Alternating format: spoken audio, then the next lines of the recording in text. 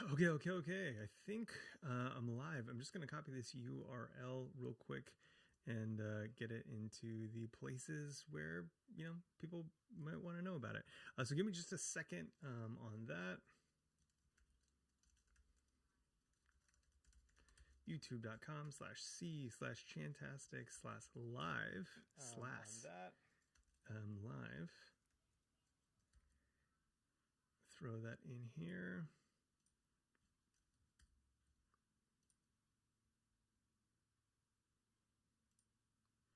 Tweet in Discord. Okay, cool. We're all over the place now.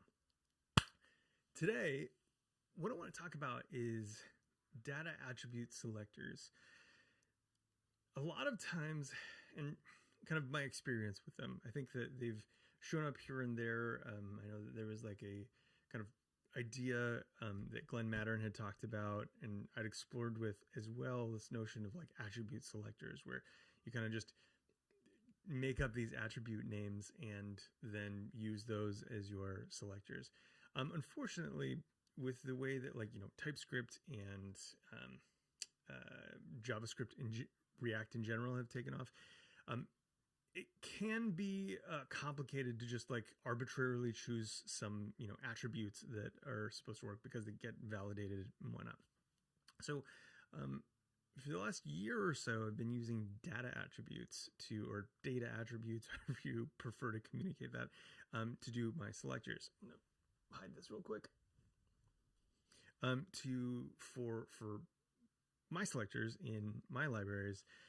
And I kind of wanted to just take an opportunity to flesh that out because I haven't really communicated how I think about these things, how it relates to other patterns, like BEM is a very strong naming convention, and then also how it relates to utility libraries, things like that. So I've been using it for a while, but wanted to just kind of flesh out the ideas. While we're coding through this, I'll probably be working up a blog post on kind of how to think about using these. So that's kind of the premise. That's kind of it. That's what we're going to go through today. And if you have any questions, obviously, please feel free to throw them in chat, and I will respond to them. Otherwise, we're just going to have some fun kind of going through all of the things you would need to know to start using these. So let me switch things up. Let me get my screen up. Cool. I am prepared a little bit. So let's dive into this React thing. Not too prepared because, I want to kind of flesh this out as we go along. So what I have here is fairly straightforward. I'm importing this style sheet, which doesn't have any exposed styles yet. And then I have this tiny little boilerplate React application. It's if you do, if you go react.new, I just learned this in our Discord the other day, events.lunch.dev/Discord, if you want to hang out with us more regularly. That you can do react.new, hit enter, and you get like a fresh React code sandbox. Pretty awesome. So I did that. Only things I changed was I added an avatar CSS file, which is empty. It's just a comment at the moment. And then I added an image with a source from Place Kitten, which is a 200 by 200 image, and then an alt attribute. So nothing fancy happening here. And then we have this avatar.css file, but as I said, it is empty. It's just kind of holding a copy and paste for me. So I've copied what I use for an avatar styling CSS using custom properties. So let's just go through that real quick. Again, the specifics of this are not important because we're going to be talking about the outside of these things, the selector portion. But I'm sure it'd be nice to kind of know generally what this code is that we're working with. So the first thing we have is just that it has three custom properties: an avatar size, which defaults to 2 rem, avatar border, which is 0 solid white, and avatar opacity. Okay, and then the rest of it's pretty standard: box sizing, display inline box, block, border radius 50%, border opacity height, and then these are actually consuming the custom properties with this var. Object fit cover means that if it's cropped, if it crops in the top and bottom, it's going to, fill the whole space. So let's put this inside of curly braces because we need to do that in order to style it. And let's start with kind of like a traditional type of selector, which would be to do like dot avatar as a single class name. Okay, this is fairly traditional. You could, yak shave over the names as much as you wanted, but this is a traditional class name based selector. Now, if I go over here and I want to use this, now I just type in class name and use avatar. And because we're importing it, it's going to do its thing. And then this is where I would actually use the custom properties that I've set up, which is to style, because we're in JSX, I got to do the object notation. So the avatar size is going to be, let's see, what do I want that to be? Let's make it significantly bigger. Let's do 5 rem. Okay, or maybe 10. That seems a little bit more in line with where we were with the 200 pixels. So there we go. So this is all working. We have our avatar class working the way that we want it to. Now, one of the things that I've been working on for a while now is, I work in products that don't have a guaranteed stack. So some of them are React predominantly, some of them are Rails predominantly. But then there's also this kind of blend in the middle where it's both React and Rails. And one thing I find very frustrating about working in these environments is this whole nonsense between JSX and, or I guess it's React specifically, but React and kind of the rest of the web development world is this class versus class name. So that has always bothered me about class name. Another thing that kind of bothers me about class name is that this is kind of a junk drawer. You can throw in as many things as you want. And so in this, there's also going to be a lot of utility classes. So, there's various syntaxes for utility classes, but let's take Tailwind, for example. There's this notion of breakpoints. And so you say medium, whatever, display none. I don't know why you would want to do that, but here it is. Now, this actually requires a special syntax on the authoring side where you actually escape the special characters. This is fine. It's not a huge thing. Sometimes there's a little bit of a cognitive dissonance when you're searching for names in a project, or when they show up in the inspector, they'll show up with these backslashes. In general, I don't think it's a terrible thing, but it is something that's a mild inconvenience. There's not a one-to-one match of your selector names to the actual source that implements those. So these are kind of the problem spaces that I have noticed in going after data attribute selectors. So how would this look with data attributes? Well, let's kind of tie into this a different way. So we're actually going to call this a data avatar. So we're going to give it an attribute. And there's a couple of cool things that happen here, which are really nifty. One, data dash is protected in React. So you can, you still use this dash syntax for data attributes, which means that this doesn't, like a lot of other attributes, become data avatar, like the capitalized camel case version of it. Jake, what's up? Hey, welcome. Thanks for joining. So that's one thing that's really nice about React is that we have, this is like a protected syntax. This is going to work.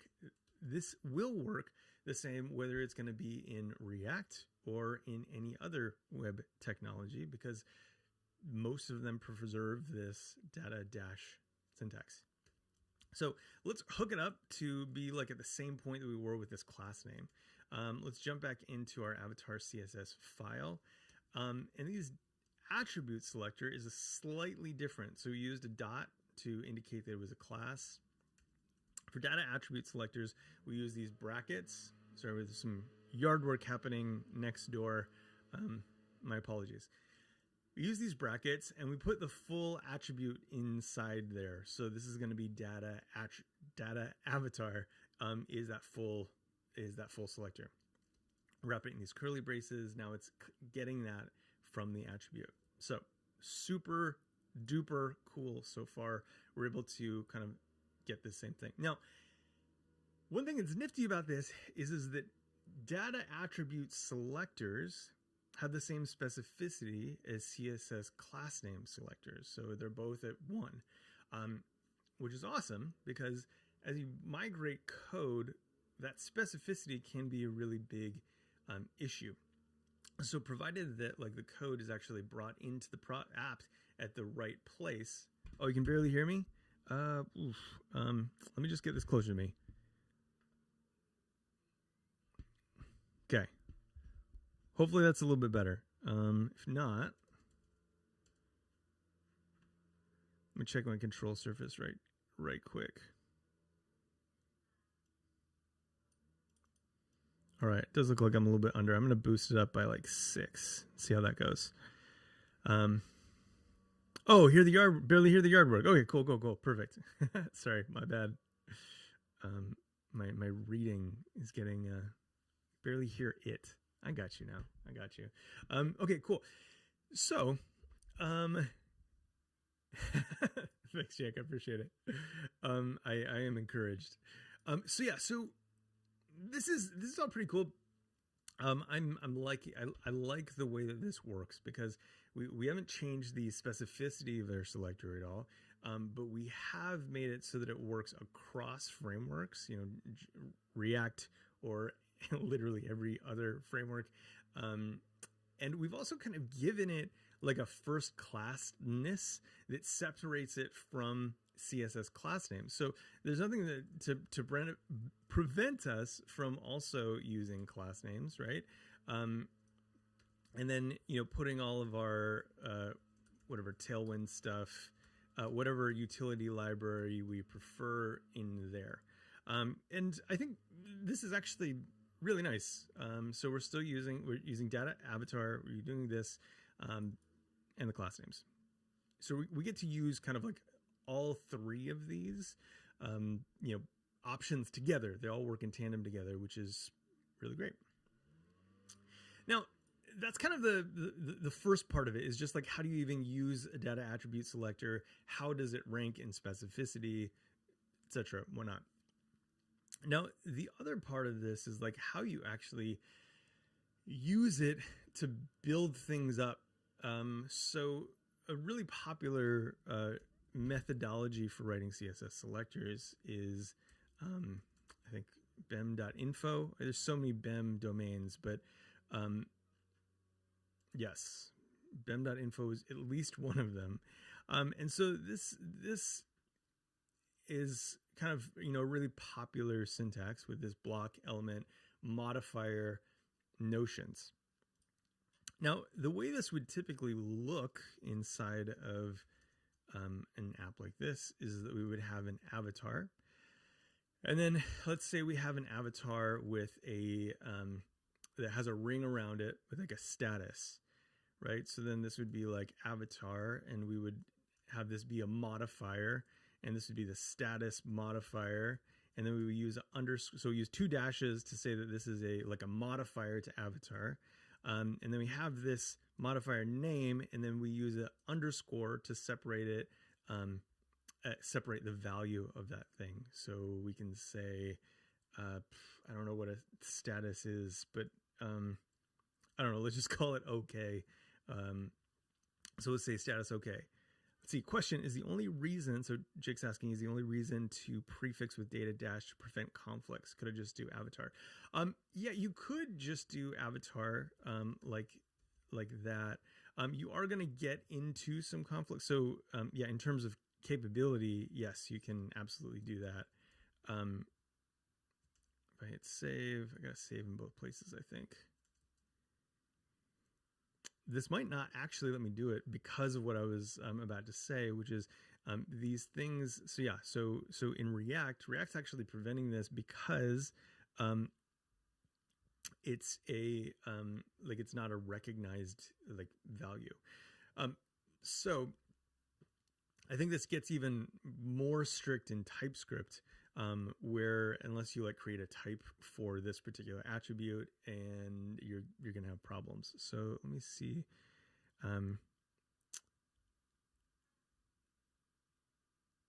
Yeah, so let's see. So I guess we need to do like value to string. Let's see, did I not spell it right? Avatar.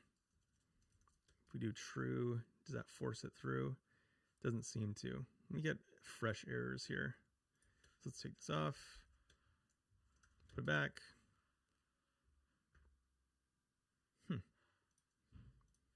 Let's see if this is true. Oh no, I got to do true to string, right? That's what the error was saying.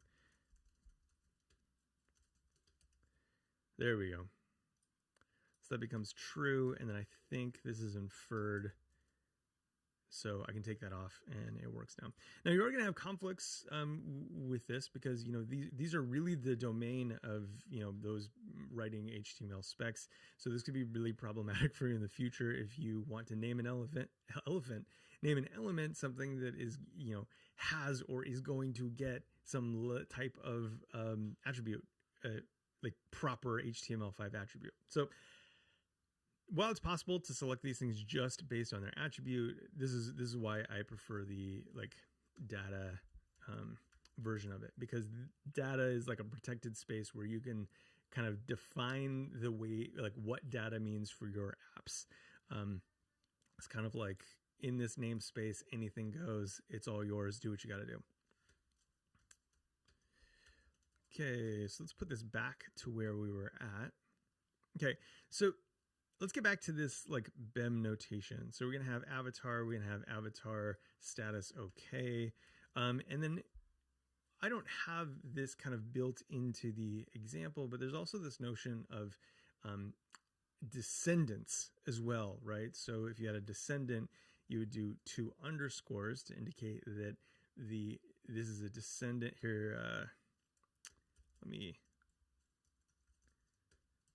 change this up a little bit. So you'd have avatar, and then you'd have your avatar status. What I put okay up here.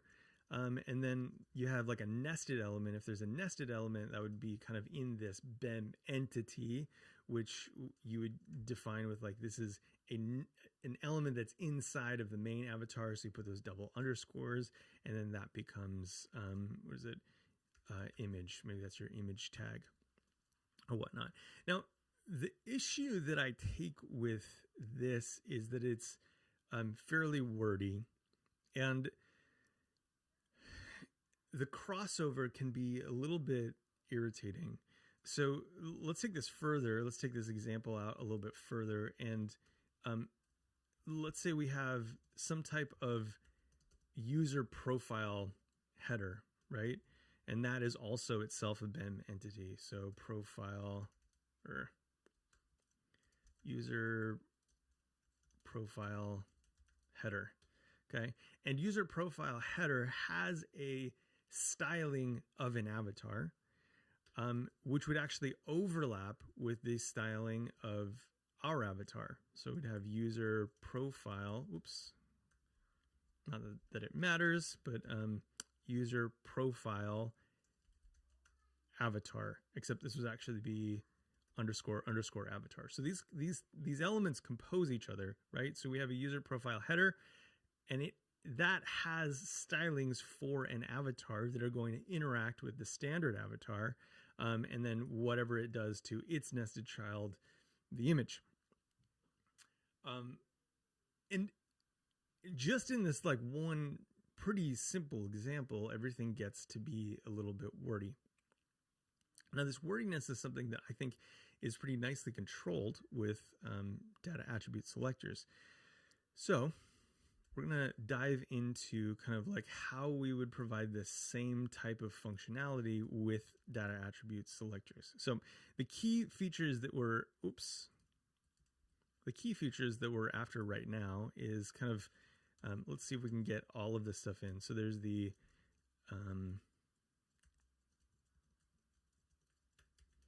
okay, so BEM has a block, which is kind of the main structure of the element. It's going to have an element, which I think the better language for this is a descendant. And then finally, there's the concept of a modifier. And then all these work in tandem together. This is a piece of BEM that's kind of like not often addressed, but these things working in tandem together are known as an entity. Not that it super matters, but knowing that these things are designed to be together is pretty critical in actually like using BEM effectively. So obviously BDM probably had some undesirable SEO consequences. So BEM makes significantly more sense. Hey, what's up, Ben? Speaking of Ben, welcome, Ben. Thanks for being here. Hey, Tyler Smith says that he learned something new today. Yes, entity is the, it's so funny. I don't think they even talk about it so much here. Maybe I'm losing my mind. Yeah, parent entity. Yeah, it gets a little confusing. Michael G, what's up? Welcome, welcome, welcome.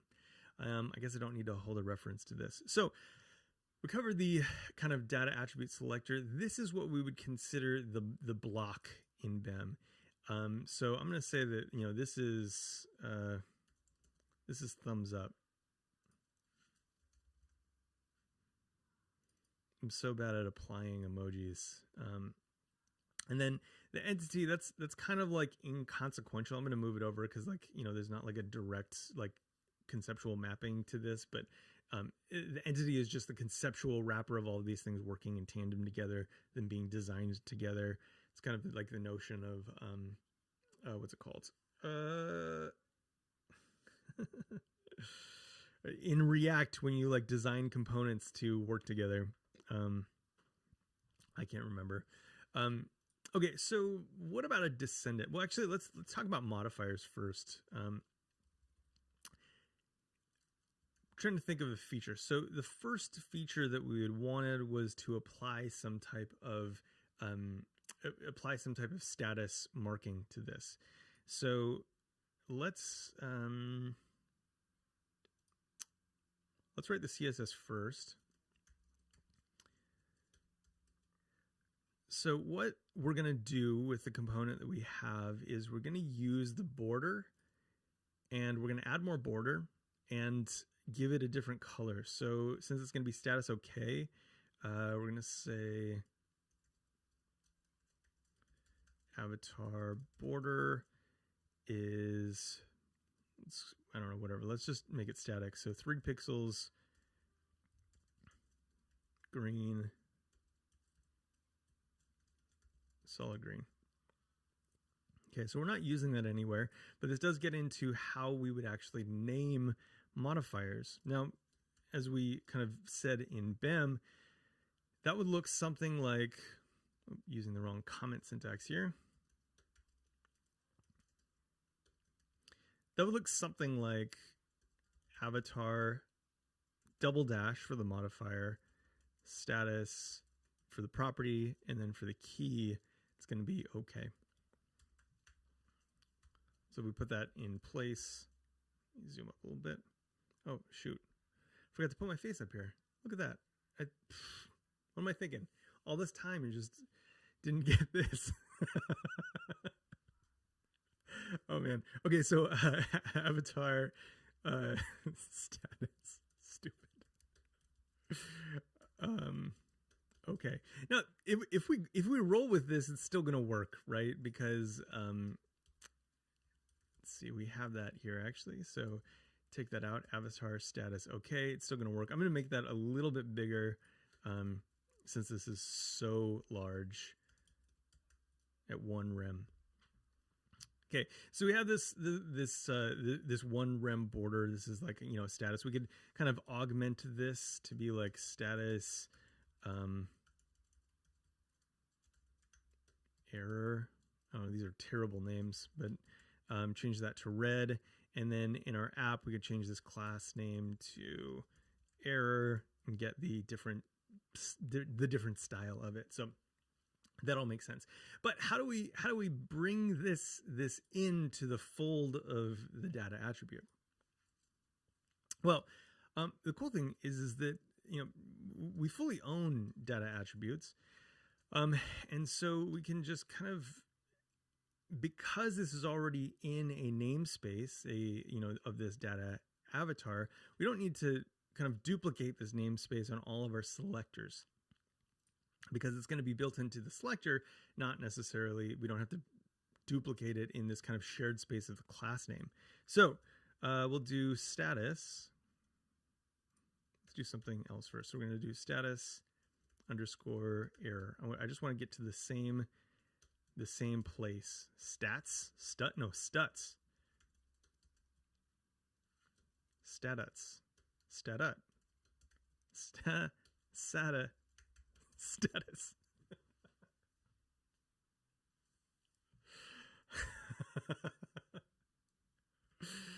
Oh, at least I can crack myself up. Okay, so we have status error. It's not being applied just yet, but we can jump back to our code. Make this a data attribute selector again. So we're going to take that off. Do data avatar. And this is where things get interesting. There's a very special selector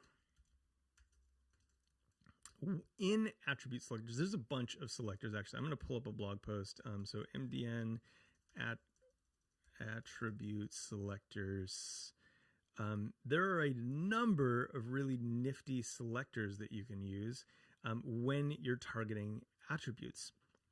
Now, this tilde equals is actually pretty interesting in that it represents, represents elements with an attribute name of adder, so data avatar, whose value is a white space separated list of words, one of which is exactly the value that we've put inside of strings.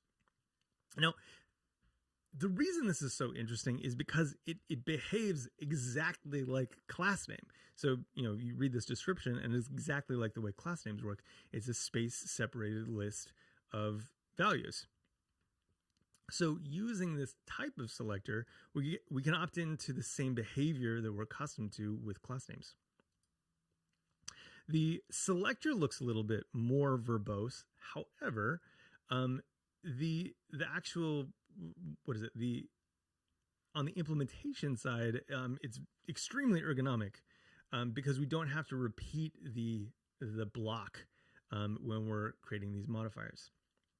So now we borrowed this underscore syntax from BEM in just our copy and paste, but we can use any special character here because it is just matching on that string. Now, I have been affectionately calling this style of writing. Has kind of like a silly acronym, but I've been calling it AVO. I'm going to put avocado. Hey, Sid, what's up? Welcome.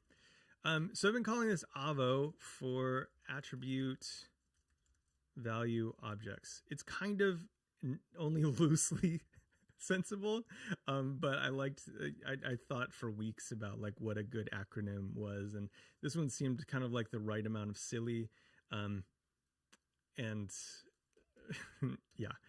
So attribute value objects. And so one of the things I like about this is that it feels to me really similar to props, right? Where you have an object and you're going to be passing in values for your props. So you'd have a status prop and that value would be error. And so there's a really cool mapping, I think, to this in React. And then as we've established before, this whole thing, this whole snippet, there's nothing objectionable here if I wanted to copy and paste this between React and regular HTML, etc. So lots of wins all around. We get special characters without having to escape them, as I've mentioned, is a challenge with utility class libraries. And then also we get what is it? This I don't know if you've done much with code mods or things like that, but now we have a proper attribute that we can look for and kind of get use. They're all namespaced in these attributes. So I mean, this is pretty cool so far. So I'm going to go back to our CSS. Let's see, I'm going to delete this. I'm going to go back to our CSS, change this up because we lost it. So status error. And then I'm actually going to change this to be status OK. Let's go jump back to our code. Okay. Cool. Excellent.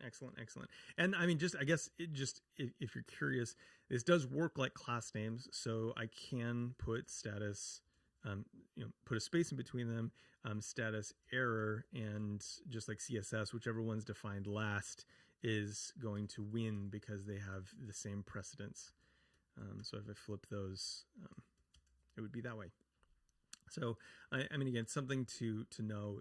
This is the same mental model as class names. So that's looking pretty good. I guess I can give us a little more room here because we don't. There's not a lot of code on the screen. So we have. What do we have so far? So we have our block, which is just data avatar. We're using the attribute selector there. And then data avatar, we're using this. I don't know. What is this one called? Like, are they called anything? Yeah, I get it.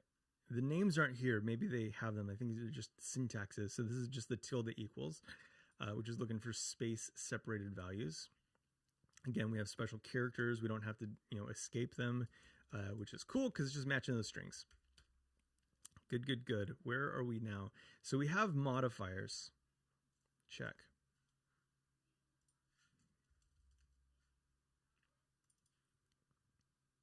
So slow. I'm sure y'all are way faster at that than I am. Okay, so we have blocks. We have modifiers. Now, what about elements? Now, Avatar doesn't really have an element per se. There are implementations that don't use this same type of implementation that you would have two elements, and so we could do that.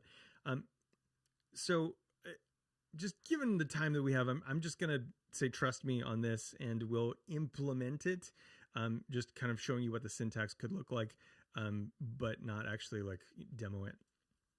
So really what we're looking for in these elements is kind of the same thing that we would have with where is that? This double underscore syntax that BEM has. So if we go to the BEM docs, so we covered modifiers, elements. So it's this double underscore. So you have a block, and then you have repeated block, double underscore, and then the element. So what would this look like? Well, these data attributes, you can use as many dashes as you want. There's no underscores in data attributes. However, because we've disambiguated the modifiers, so we don't have to use two syntaxes when using the modifiers, we have that now as these strings that are the data attribute values. So we can actually do the double dash syntax to create our elements, or descendants, if you will.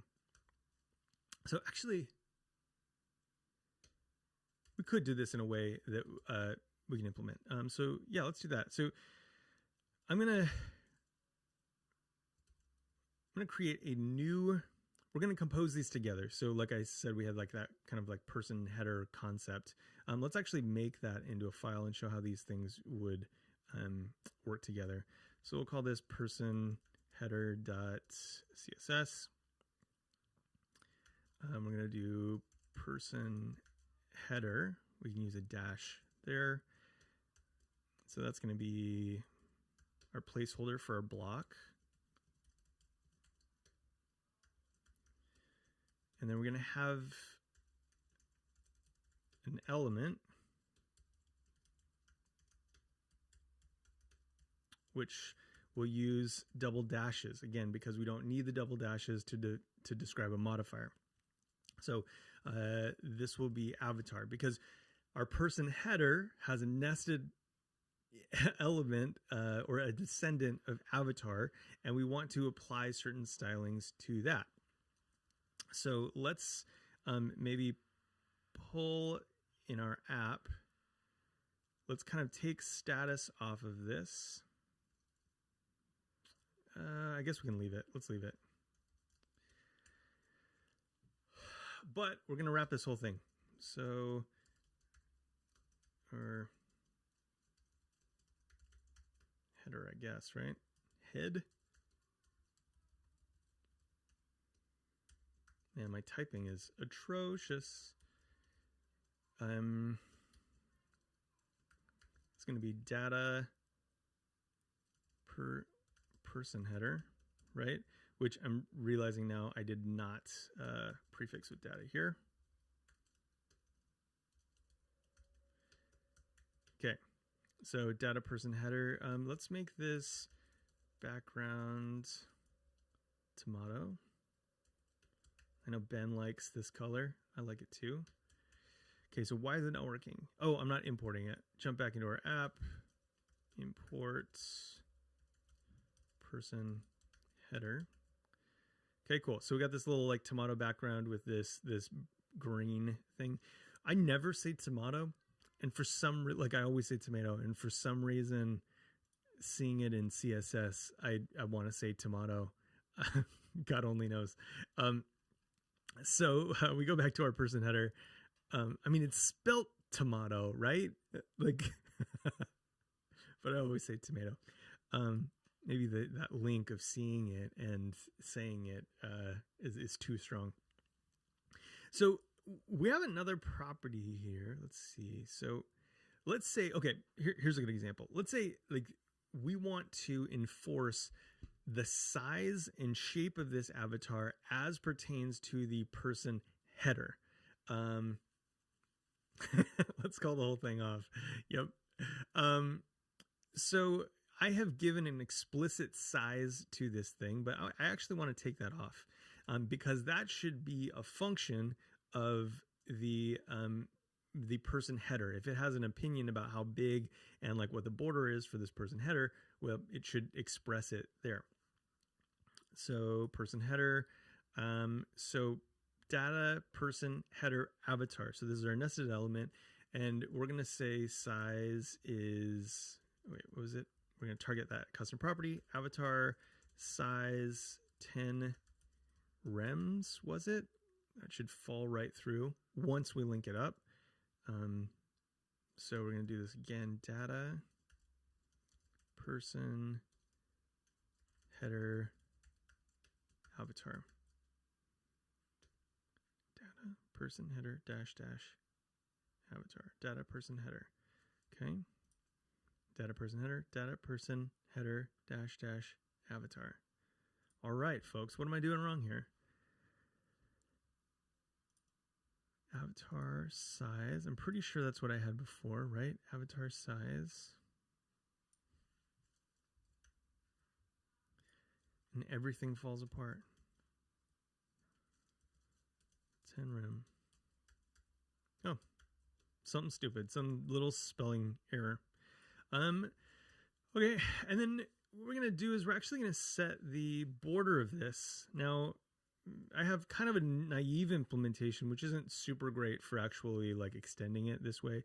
I would go through and probably extrapolate out certain values for this to have.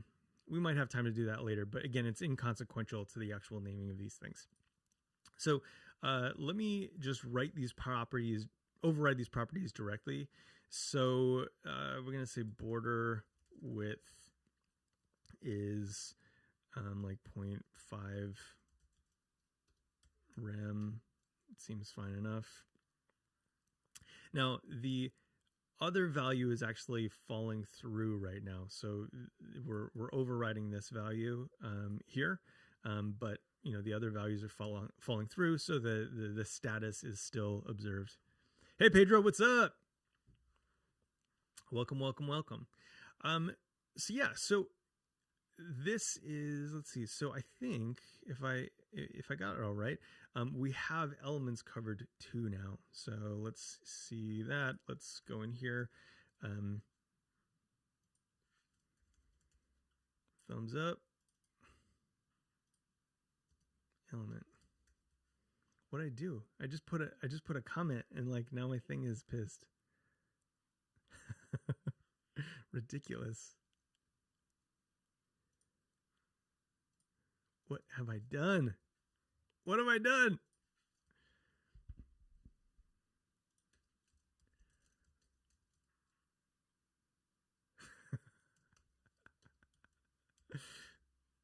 Oh my gosh, I don't even know. Maybe it's having trouble resolving that image or something. I feel like the size should still they stay the same though, even if there's not an image. But whatever. Yeah, that was weird, right? I done broke it. Um, so I think that I just added a comment saying checking off that we did element, and maybe it doesn't like the emoji. Okay, cool. So we have our block here. We have our modifiers as expressed here, using our fancy dancy tilde equals, which acts like a class name for the space delimited list. And then we are demonstrating some composition here with a person header that's like then communicating the to an element, which we're using a double dash to achieve, similar to the double underscore that you see in BEM. So it says, send me the sandbox. He'll debug it tomorrow. I appreciate that. Thank you. So that's kind of like a general overview of how I use this stuff. I guess let me rework this. I mean, I guess we're seeing that demonstration now, but the like kind of comparison would be kind of what the heck? There it is again. I don't know. I assure you it has nothing to do with the selectors because, yeah. Anyway, so this is kind of like comparatively what it would look like if you were to use BEM. It's significantly more verbose. I think it's a little bit harder to like parse things out of. And then, also something that I like about this is it actually kind of enforces the notion. Something that I think is classically difficult to understand about them is the notion of like what gets modifiers, because typically it's on a block that you want to modify something and then cascade those changes down into the descendants. It isn't to say that descendants elements can't have modifiers, but typically you want to do that at the block. And I think that this is this kind of, I mean, it doesn't guarantee that, but I think it makes it a little bit more natural to look at that. Like I want to like attach this to the block itself if I want to add additional, modification. So, I think I think in large part that's it. And so I'm kind of curious if, for those of you who are here, thank you for being here. If you have any questions about this, if there's anything that we didn't really cover, or like concerns, like, does this feel weird to you? As I'd mentioned before, something I really like about this is that we've created these full like namespaces like for ourselves that are handles that we can like reliably reach into. Something that is, and again, this isn't guaranteeing that you wouldn't do this, but something that can be, I see a lot, right, is with class name APIs, is you have a class name and there's some type of, keyboard. You do some type of interpolation to get the, to kind of apply the values that you want to a certain string, right? So maybe you do like,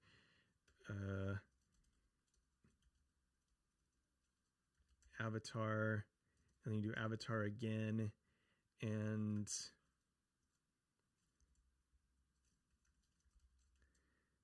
or let's see, underscore, and then props.status, right? But then like you get like a little bit more fancy as you have more props and you start like iterating over those, right? So you'd have like avatar, maybe you'd put the dash there and you'd put like a whatever, you'd spread out your map over your props and object dot whatever. I'm not gonna do it. But like it can be, there are places where you may kind of like start to interpolate some of these values out based on some variable.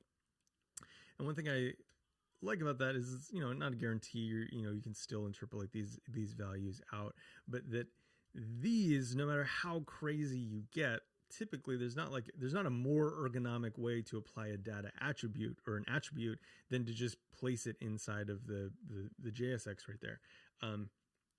Kind of spreading those, like kind of doing some like fanciness and spreading those out as props is kind of like more irritating than just doing this. But again, that's maybe hearsay. But these are really nice if you do a lot of like JS code shift code mods. It's really nice to have this and to have something that really, like, anything that is not applied specifically to this data attribute or the element, I guess, of these data attributes. Like, it's really nice to have all those like a little bit more reliably grepped for. Yeah, that's it. That's kind of the big points.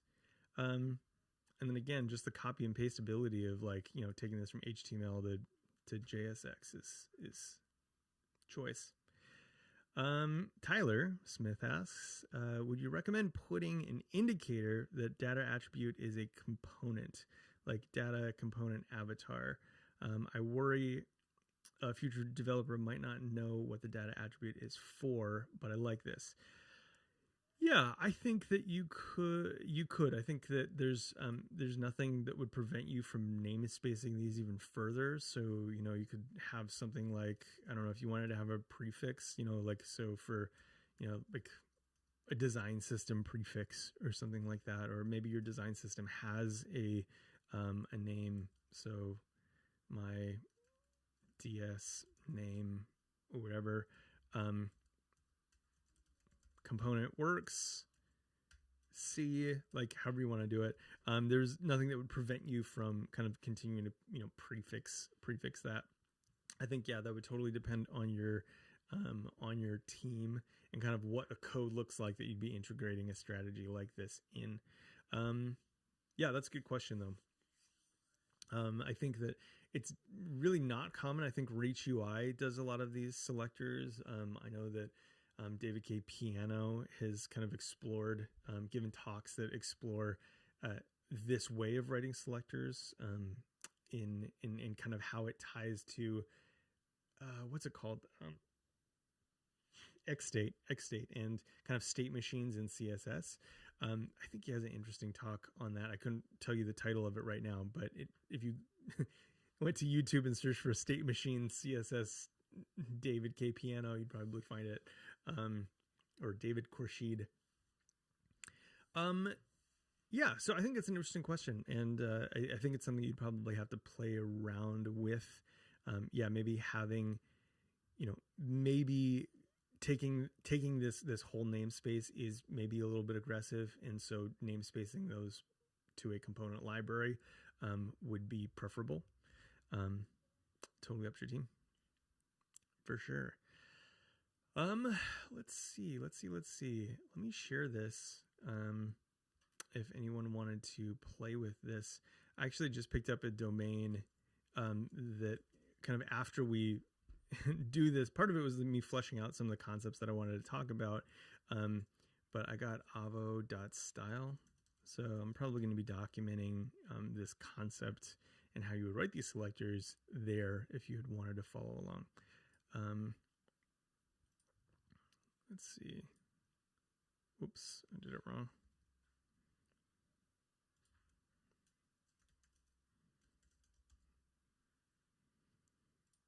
Oh, not save template. Oh my gosh, I'm such a dork. I don't know anything. Boop, boop, boop, boop, boop. How do I share you?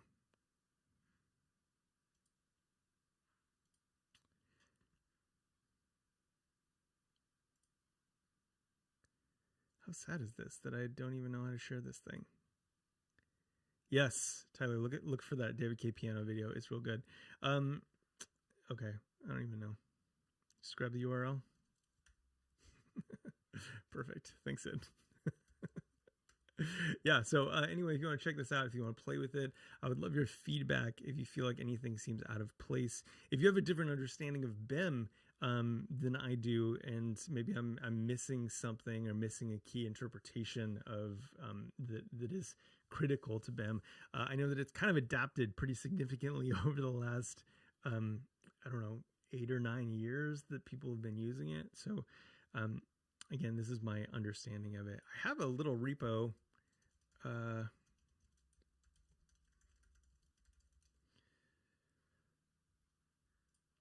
that actually kind of, let's see, when I wrote this. Oh, this was several years ago that I wrote this. But it's basically my interpretation of all of these pieces, and then as well as like the different dialects of BEM. So I'll post that in there too, you know, so you can see if my understanding differs significantly from yours, and I'm doing it wrong. I'd be happy to address that.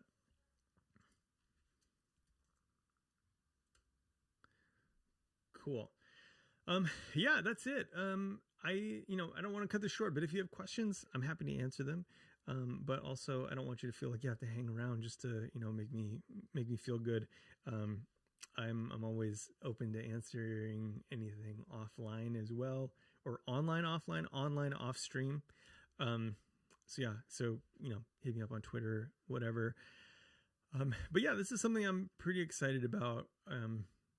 Again, I said this at the beginning, but this is something that I've been using for about a year to, pretty good success. I haven't had any issues so far. Implemented it with several teams, and I feel like they kind of got it pretty quickly. I think that if you use BEM, it's a pretty simple, like hop, skip, and jump to kind of like mapping the concepts to these new things. And for me, at least, I don't want to say cleanliness of it, but like the tidiness of it, like it feels just significantly more like legible, and like it has a lot more intent than kind of these really like long strings of CSS class names, which I've seen done so poorly in real world code with real world teams. But yeah, that's it. That's really kind of the end of it. Thanks for being here. I'm probably going to shut this thing off, but again, hit me up. Happy to chat about this. I will throw a link to our Discord server.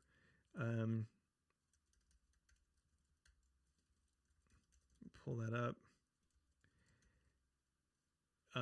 This is really where I hang out most days. So it's events.lunch.dev.discord. You can see we got a lot of stuff going on over there, a lot of cool people presenting on some really interesting things. So I just want to let you know, this week, see, we did this event today, and then we got using Storybook with Redwood. Anthony, AJC Web Dev, is going to do that. And then we have kind of this, we're doing these rewinds while React Podcast is on a pause. We're doing these rewind episodes. And so we're going to do Build Dumb Shit with Sarah Vieira. We're just going to listen to it as a group and chat through it, which is super fun. And then a pitch for a friend's show. Ben's in here today. And Ben's got this really amazing Twitch channel that is... he's doing some really cool stuff. I've learned so much about accessibility through Ben, and we got an event coming up where I'm going to kind of show all the things that I've learned about building accessible SVGs in React. So yeah, that's going to be a fun time. But that event is on that calendar as well if you want to hang out with us in Discord. So again, let me get the whole face. Thanks for hanging out with me today. I appreciate you. I appreciate your thoughts and insights and the head explodey emojis that, that makes me feel good. So I appreciate it. Y'all are awesome. I hope to chat with you in a place that we share together. Peace.